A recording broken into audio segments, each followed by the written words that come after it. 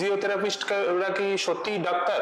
মধ্যে কি ডাক্তারের ক্যাটাগরিতে ফেলা যায় নাকি উনি আলাদা কোনো ক্যাটাগরি হিসাবে? তো আপনার পেটে ব্যথা হলো, কোনো ডাক্তারের কাছে। অবশ্যই, হ্যাঁ। আপনার পায়ে ব্যথা হলো, আপনি কার কাছে যাবেন?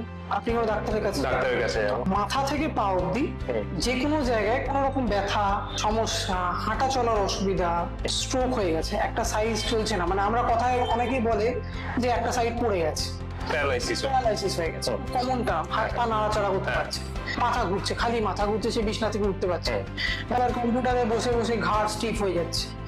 এইসব ক্ষেত্রে এরকম অনেক পেশেন্ট আমাদের কাছে আসে, যারা যাচ্ছে ফিজিশিয়ানদের কাছে, ওষুধ খাচ্ছে, মাসেল রিল্যাক্সেন্ট পেন কিলার খাচ্ছে, খেয়ে কমছে, বাড়িতে গিয়ে মাকে বলছে মা একটু ঘাড়টা মাসাজ করে দাও, এই থেকে পরে এরকমও দেখা যায় যে সার্জারি করতে হচ্ছে। তো সেই জিনিসগুলো ট্রিটমেন্ট, যে কোনো রকম ব্যথা থেকে, প্যারালাইসিস থেকে, মাথা ঘোরা থেকে শুরু করে হাঁটা চলার সমস্যা, এই সব টোটাল, এই যে বড় একটা স্পেকট্রাম, এই টোটাল এই ডিজিজগুলোর আমরা ট্রিটমেন্ট করি। এবার যদি